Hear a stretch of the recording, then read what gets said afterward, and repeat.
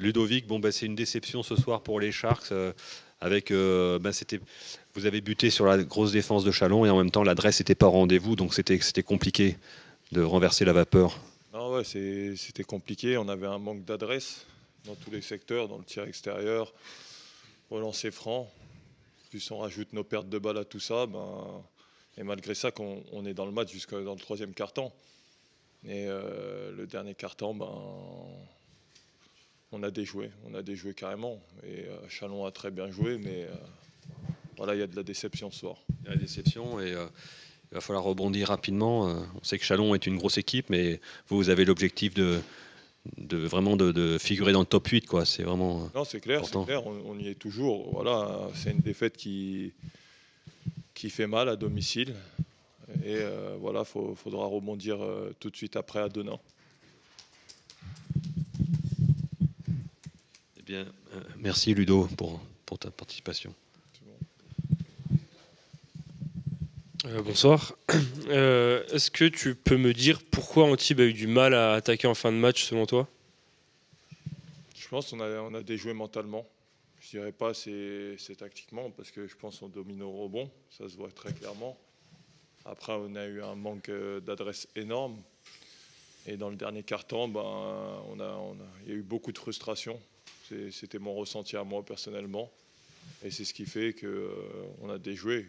Après, nous, on va analyser tout ça avec le staff, les joueurs, pour pouvoir rebondir tout de suite après.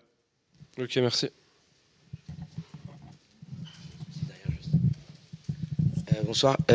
Il y avait coach Vucevic avant en conf qui nous expliquait les choix qu'ils ont pu avoir aujourd'hui, de choisir un peu le poison, de concéder beaucoup de rebonds et en corrigeant le tir en fin de match. Qu'est-ce qui vous a manqué notamment dans le Money Time où malgré le fait que vous étiez toujours un petit peu derrière au score, vous étiez au contact, 1-2 postes max et ces 5 dernières minutes, il y a comme une coupure de courant où l'exécution n'était plus là. Donc comment tu peux expliquer un petit peu ce blackout sur ces 5 dernières minutes? Le truc, c'est que quand tu as un manque d'adresse, il faut avoir un peu de contrôle. Et je pense que c'est ce qui nous a manqué parce qu'on a eu beaucoup de pertes de balles. Et avec les pertes de balles, comme je dis, on rajoute notre manque d'adresse. Et du coup, je pense qu'il aurait fallu un peu plus de contrôle, un peu plus de maîtrise en attaque. Voilà, pas perdre des ballons rapidement comme on a pu le faire. Et pas lâcher le match comme on a pu le faire dans le dernier quart-temps parce que c'est là où tu as l'impression que la lumière s'est éteinte, quoi. Et c'est là où on a besoin d'un peu plus de maîtrise de tout le monde, que ce soit ceux sur le terrain, ceux sur le banc, ceux qui rentrent, apporter du positif, quoi. Je te dis qu'avec le 1 sur 14 à 3 points, c'est une statistique qui fait mal ce soir face à une défense comme Chalon qui a rien lâché, quoi.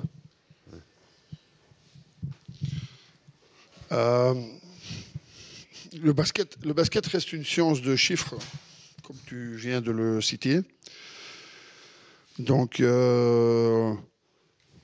quand tu défends 70 points chez toi,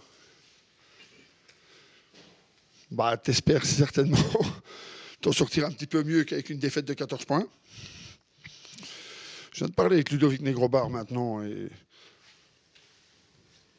toute la semaine, j'ai essayé d'être très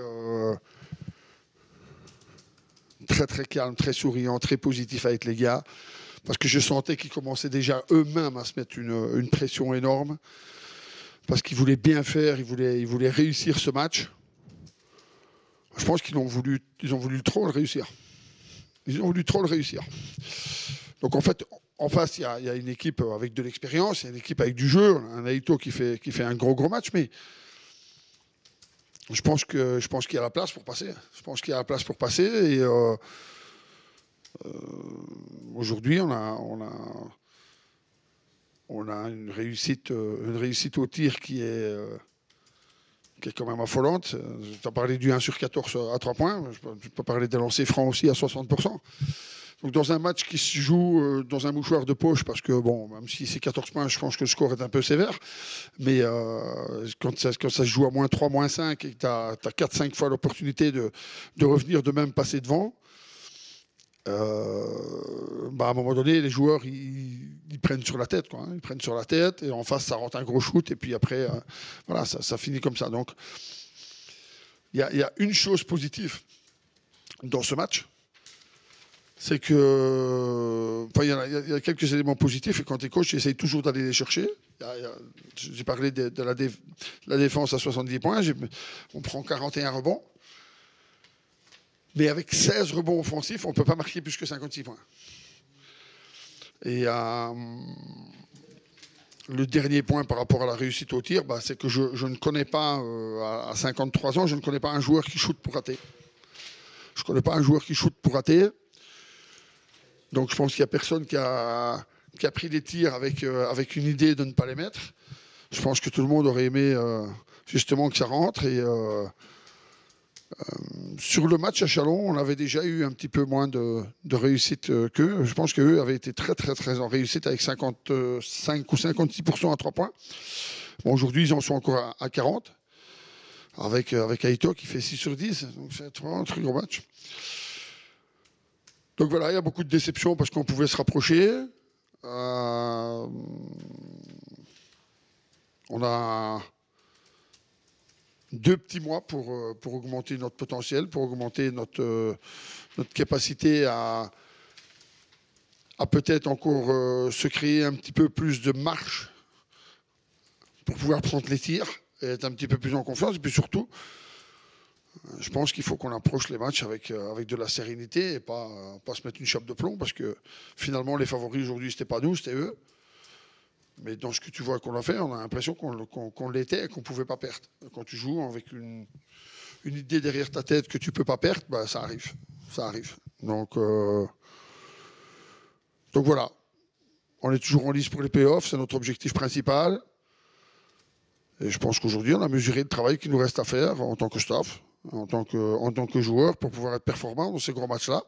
Parce qu'il faudra être performant dans les playoffs. Pour l'instant, Saint-Quentin fait la tête en haut du championnat. Et peut-être que tu vas jouer Châlons en playoff. Donc il faudra être prête.